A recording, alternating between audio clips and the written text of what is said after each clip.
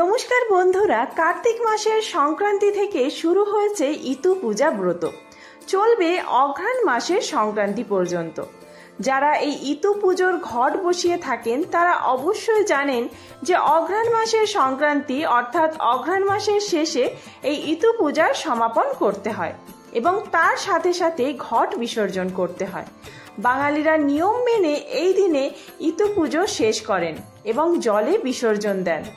অনেকেই ব্রাহ্মণ ডেকে এনে এই পূজা সমাপ্ত করেন, আবার অনেকেই নিজের মতন মন্ত্র পড়েও এই পুজো সমাপন করতে পারেন। তো চলুন বন্ধুরা, আজকের ভিডিওতে আমরা জেনে নেব যে ইতু পুজোর বিসর্জনের নিয়ম কি রয়েছে। আর যারা এখনো ইতু পুজো করেননি, অঘ্রাণ মাসের শেষ হওয়ার আগের দিন অর্থাৎ সংক্রান্তির আগের দিন ইতু পুজোর ঘট স্থাপন করেও অনেকে পরের দিন বিসর্জন করে থাকেন, তো তারা কোন কোন উপকরণ দিয়ে কিভাবে পুজো করবেন, আর ইতু পুজোর তারিখ কি রয়েছে, ইতু পুজোর নবান্ন বা নতুনের তারিখ কি রয়েছে, সাথে ইতু পুজোর মন্ত্র, সমস্তটাই আজকের ভিডিওতে আমরা জেনে নেব। তো চলুন বন্ধুরা, আর দেরি না করে ভিডিওটি শুরু করা যাক। যদি আমার চ্যানেলে নতুন হয়ে থাকেন অবশ্যই চ্যানেলটি সাবস্ক্রাইব করে এবং ভিডিওতে একটি লাইক করে শেষ পর্যন্ত সাথে থাকবেন। আশা করি ভিডিওটি আপনাদের জন্য খুবই হেল্পফুল হবে। ভিডিওর মূল পর্বে যাওয়ার আগে মা ইতু লক্ষ্মীর অশেষ কৃপা পেতে কমেন্ট বক্সে লিখুন জয় মা ইতু লক্ষ্মী। এই বছর অর্থাৎ 2024 সালে অঘ্রাণ মাসে 5টি রবিবার পড়েছে। মাসের প্রথম রবিবার 17 নভেম্বর 2024, বাংলার পয়লা অগ্রহায়ণ 1431। দ্বিতীয় রবিবারও ইতিমধ্যেই চলে গিয়েছে 24 নভেম্বর 2024, বাংলার 8ই অগ্রহায়ণ 1431। তৃতীয় রবিবার পয়লা ডিসেম্বর পড়েছিল, সেই রবিবারও চলে গিয়েছে।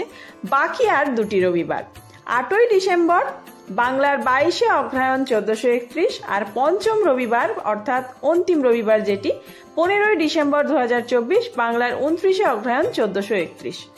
তো এবার চলুন জেনে নেওয়া যাক কি কি উপকরণ দিয়ে কিভাবে আপনারা ঘট স্থাপন করেছেন আর কিভাবে বিসর্জন করবেন।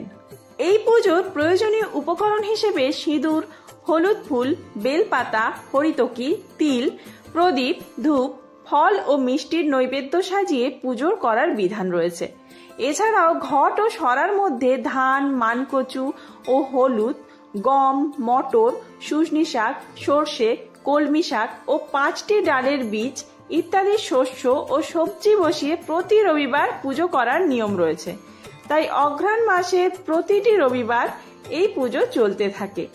এরপর অঘ্রাণ মাসের সংক্রান্তির দিন পুজো শেষ করে পুকুর, নদী অথবা বাড়ির কাছে থাকা যে কোনো পবিত্র জলাশয়ে বিসর্জন দেওয়ার রীতি রয়েছে।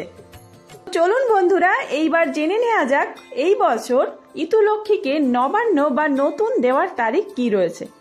5ই ডিসেম্বর 2024, 19শে অগ্রহায়ণ 1431 বঙ্গাব্দে বৃহস্পতিবার। তারপর রয়েছে 8ই ডিসেম্বর 2024, 22শে অগ্রহায়ণ 1431 বঙ্গাব্দে রবিবার।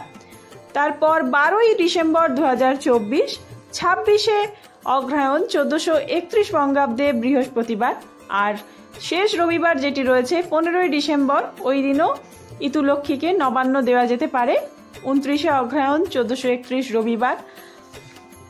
16ই ডিসেম্বর 2024, 30শে অগ্রহায়ণ সোমবার সংক্রান্তিতে ইতু দেবীকে নতুন বা নবান্ন দেওয়া যাবে। আর এই দিনেই ইতু লক্ষ্মীর বিসর্জনের দিন।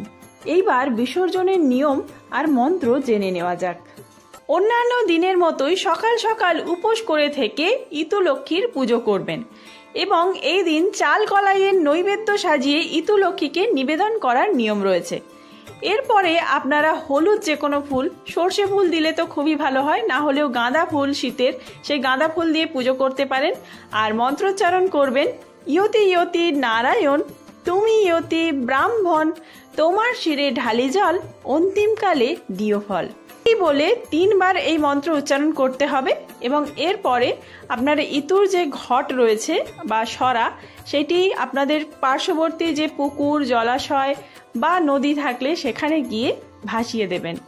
অনেকে এই ঘট জলে ভাসিয়ে দেন, আবার অনেকে এই ঘটে যে সমস্ত মানকচু, কলমি শাক আর যে সমস্ত গাছ রয়েছে সেইগুলি ভাসিয়ে ওই ঘট বা সরাটি ধুয়ে নিয়ে বাড়িতে চলে আসেন।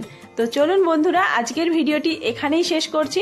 সবাই ইতু পুজো করুন বাড়িতে, শেষ রবিবার দিনটি আর সংক্রান্তির দিনে পুজো করুন। তো খুব তাড়াতাড়ি নতুন কোনো ভিডিও নিয়ে আসছি। এই ভিডিওটি ভালো লাগলে বন্ধুর মধ্যে অনেক বেশি শেয়ার করবেন, আর কোনো ভুল ত্রুটি হয়ে থাকলে অবশ্যই জানাবেন কমেন্ট করে। ধন্যবাদ।